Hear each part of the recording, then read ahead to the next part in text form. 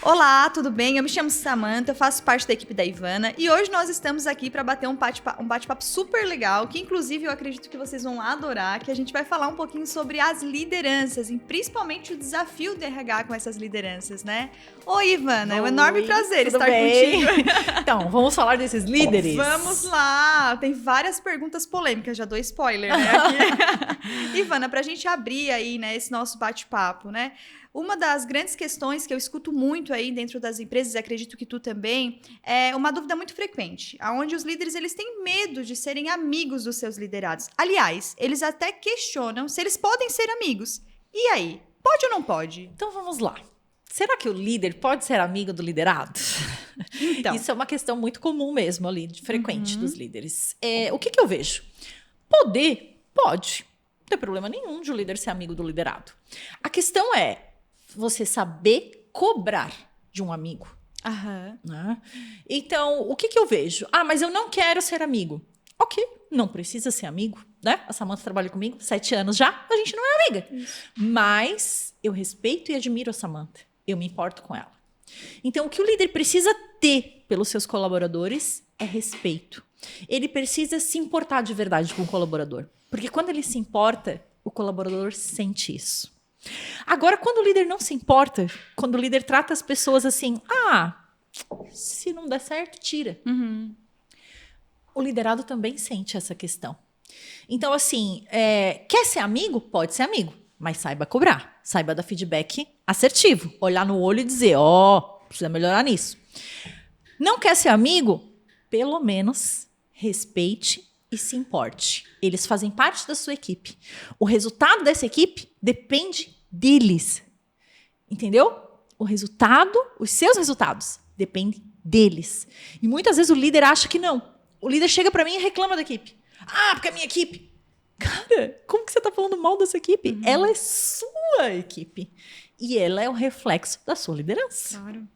Certo. Tá falando da equipe, tá falando dele mesmo, né, Ivana? Exatamente. Se o líder tá falando mal da equipe, ele já tem que prestar atenção. Cara, onde que eu tô errando? Uhum. O que eu tenho que fazer para melhorar? Por exemplo, se eu tenho alguma dificuldade com alguém da minha equipe, eu vou pensar, vou dar um feedback, vou falar com essa pessoa, vou orientar. Se eu vejo que essa pessoa não tá evoluindo, eu tô dando feedback, a pessoa não tá evoluindo, eu vou ter que tomar uma decisão de manter essa pessoa na equipe ou não manter.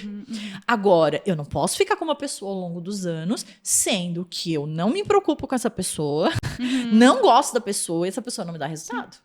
Claro. Ivana, agora vamos falar um pouquinho de RH e liderança? Falando um pouquinho sobre essa grande parceria, né? O RH, ele precisa ser um parceiro do líder e o líder ser um parceiro do RH, né?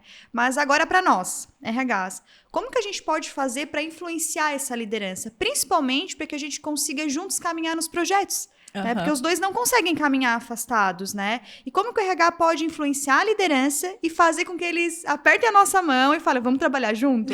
Vamos fazer os nossos projetos juntos? Então, eu acho que é o mesmo princípio, tá? Eu não posso querer fazer um projeto em parceria com um líder, por exemplo, que eu odeio. Então, eu preciso respeitar esse líder. Eu preciso enxergar o lado do líder. Eu vejo muito RH que reclama do líder. Tá, mas você já sentou na cadeira dele? Já foi lá, passa um dia com ele. Vê como é que é a operação, vê como é que é o comercial, vê como é que é a pressão das metas. Então, o primeiro ponto, respeite os outros líderes. Eles são técnicos em outros assuntos. Eles não são técnicos em pessoas. E eu, como RH, tenho que ajudar eles com técnicas para que eles aprendam a lidar com as pessoas. Então, acho que o meu primeiro ponto é o RH mudar esse olhar. Legal. Não enxergar mais um gestor como inimigo, e sim como alguém que eu tenho que inspirar a ser melhor. Legal. E que nós somos apoio, né? Certo. Ivana, agora ainda falando sobre liderança, dentro aí da toda a tua experiência dentro das empresas, alguma vez tu já presenciou alguma situação onde o líder fez algo muito errado, que tu viu assim, não podia ter feito isso? Já aconteceu? Claro que já! Ai. Confissões! O que mais acontece dentro das empresas é o líder fazendo coisas erradas. Vou dar um exemplo aqui. Uma líder chegou para mim. A gente fez uma reunião, até foi uma reunião pesadíssima com os diretores da empresa, e ela é líder de uma área produtiva. E ela chegou pra mim no final da reunião, a gente ali conversando, aí os diretores saíram, as pessoas saíram, e no final da reunião ela disse, ai, tu acredita que uma funcionária veio pedir pra mim trocar o dia de atestado por um dia de folga? Daí eu assim, como? Aí eu acho que ela percebeu o que ela tava falando, né? Daí ela começou a rir. Eu assim, como é que é? Como assim trocar o dia de atestado? Ela veio trabalhar estando de atestado? Daí a líder falou, eu mandei ela vir trabalhar. Eu falei, pelo amor de Deus, eu não acredito que você tá falando isso. Ela queria que eu dissesse o que eu faria. Tipo, porque daí o funcionário depois pegou e falou pra ela, sabe aquele dia que eu vim trabalhar de atestado? Eu posso pegar uma folga por aquele dia? E daí ela queria que o RH resolvesse. Pega, RH, essa bomba. Eu falei, não. Eu assim, olha, eu tô saindo daqui e vou fingir que eu nem ouvi o que tu tá me falando. Por quê? Primeiro, tu não pode. Se a pessoa vir trabalhar de atestado, já pensou se ela torce o pé? Já pensou? Daí ela, como é que você vai abrir uma CAT? Já pensou se acontece alguma coisa com ela e ela tá trabalhando de atestado? Né? A pessoa está de atestado, ela tem que ficar em casa, né? Então, assim, essas questões de os líderes fazer as coisas erradas, eu levo com bom humor. Eu não vou chegar como um RH autoritário, mas também eu posiciono o que é o certo e o que é o errado, orientando a não fazer o que é errado. Mas muitas vezes, né, o que essa líder falou para mim? Ela se justificou. Eu pedi para a pessoa vir trabalhar de atestado porque a gente estava até aqui de produção e a gente não ia dar conta de produzir. Eu falei, tá, mas então, será que não é necessário, já que se uma pessoa faltar, a tua produção vai parar, será que não é necessário aumentar o quadro? Ou será que não é necessário treinar pessoas de outro setor para que, quando aconteça, não precise mais chamar pessoas que estão de férias ou de atestado? Então, daí é onde vem o RH também apontando soluções e junto, auxiliando esse líder a criar, né, vamos dizer, cartas na manga para que ele não precise errar de novo. Não em lados opostos, né? Mas parceiros, criando Exatamente. solução, né? Legal. E eu não sei, né, se tu já viu isso por aí, eu acho que não, talvez, né? Que são os líderes operacionais, né? Mas se tu já viu, Ivana, como que a gente consegue, né? O que fazer para que esse líder não se envolva tanto nas atividades operacionais, né? Para que esse líder ele consiga ficar mais no estratégico, ele saia ali do dia a dia e consiga mais pensar de forma estratégica mesmo, né? O que nós, RHs, podemos fazer para auxiliá-los a pensar sobre isso? Então, para você sair do operacional, né, você precisa ter pessoas para você delegar o operacional. Então, entende-se que um líder, se ele é chamado de líder, ele lidera alguém. Né? Então, seja 2 pessoas, 1 pessoa, 3 pessoas, ele tem que treinar esse colaborador para que esse colaborador possa assumir mais atividades para que o líder saia do operacional.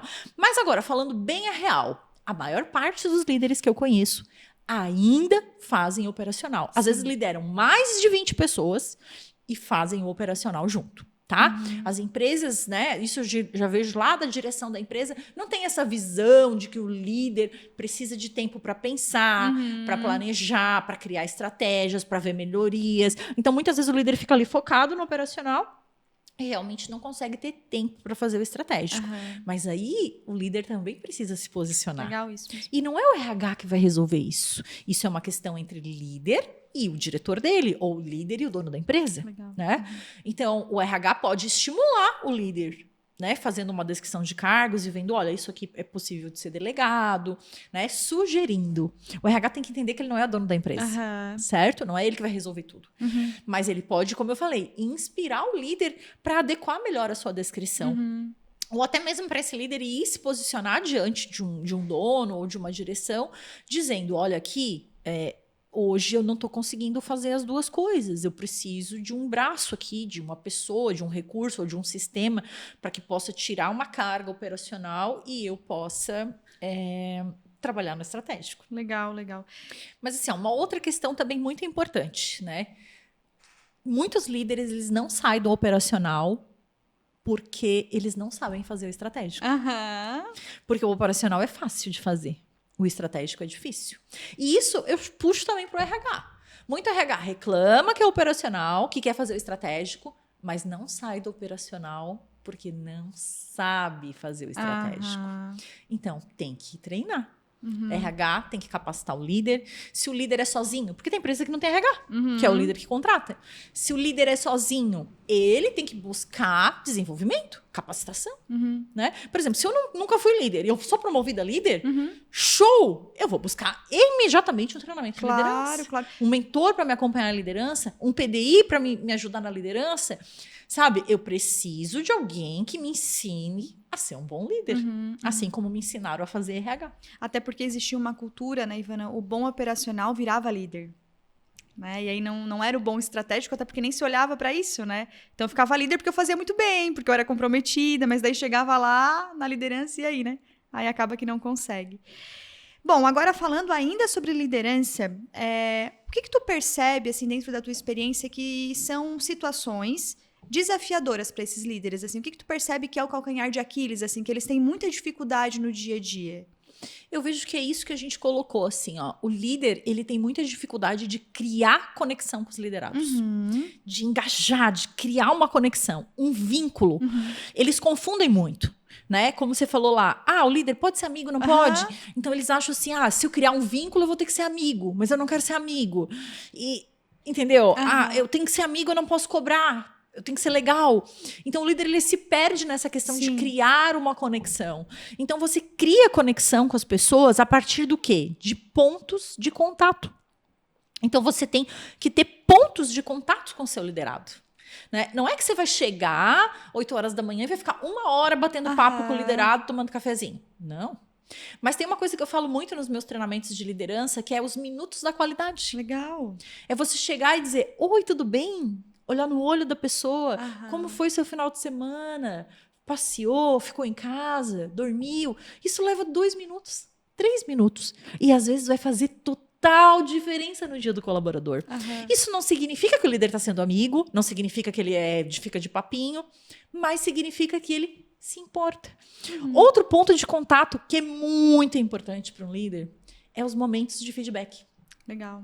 É o momento onde o líder para, aí sim, ele reserva lá uns 30, 40 minutos para sentar com o liderado e fornecer para o liderado informações de como que está o desempenho desse liderado. Eu vou sentar com a pessoa, olhar no olho dela e dizer, fulano, você está muito bom nisso, isso você faz, está excelente, parabéns pela sua criatividade, mas nisso aqui, ó, nesse ponto aqui da organização, você precisa melhorar, né? Você precisa de alguma ajuda minha para melhorar isso, né? Já teve funcionários que a gente diz assim, você quer que eu te ensine a usar um aplicativo? Você quer que eu te dê um caderno?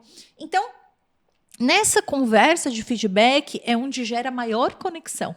Né? É nesses pontos de contato que o líder tem que criar o engajamento no dia a dia. Às vezes pontos de contatos maiores, como eu falei, de 40 minutos, dando feedback, e às vezes pontos de contato menores de 3 minutinhos, que eu chamo dos minutos da qualidade. Legal. Até para o líder aprender mais sobre pessoas, né? Tá lidando com pessoas. Então precisa ter relação, né? Relacionamento. E falando sobre pessoas, sobre relacionamento, eu não sei se tu percebe isso, mas eu percebo aí nas empresas que os líderes têm muita dificuldade a fazer a sua própria gestão emocional. Né? Tem muita dificuldade de lidar com as suas emoções, principalmente com a raiva, enfim, né?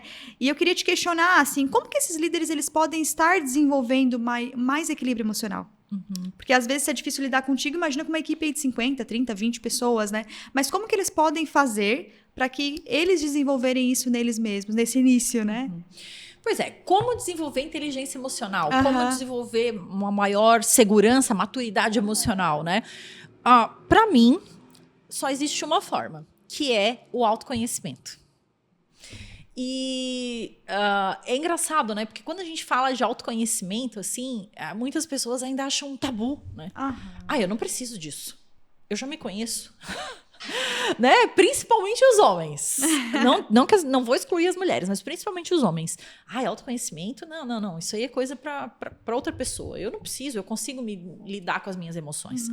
Mas muitas vezes fala isso, mas chega em casa tem insônia, né? Explode com os funcionários, e se irrita por pouca coisa, né? Acha que, como é que ele não soube fazer isso? Burro. Né? Não que ele fale, mas pensa e já se irrita, como você falou. Então, assim, ó, é importante o autoconhecimento. É importante desenvolver essa questão da mentalidade também. Porque o líder, a primeira pessoa que ele tem que liderar é ele mesmo. Se o líder chega para trabalhar já irritado, isso contamina a equipe. A equipe percebe, por mais que ele não fale nada. Mas o jeito que ele senta, o jeito que ele olha, o jeito que ele responde, a equipe já percebe se ele tá irritado ou não. Então, mas então o líder nunca vai poder ficar irritado? Pode, mas ele tem que ter pontos daí para extravasar isso, né? Fazendo exercício físico, lendo livro, fazendo psicoterapia. Sim, fazendo psicoterapia. Psicoterapia não é só para louco. Chega dessa questão, né? A psicoterapia vai te ajudar a lidar com as suas emoções e você lidando melhor com as suas emoções, você aprende o que é meu e o que é do outro. Legal. Aprende, inclusive, a cobrar com mais assertividade das outras pessoas, né? A entender que por trás, às vezes, de um comportamento que te afrontou, tem algo ali atrás, né? Então, o líder, se eu pudesse, eu colocaria todos os líderes a fazer terapia. Legal.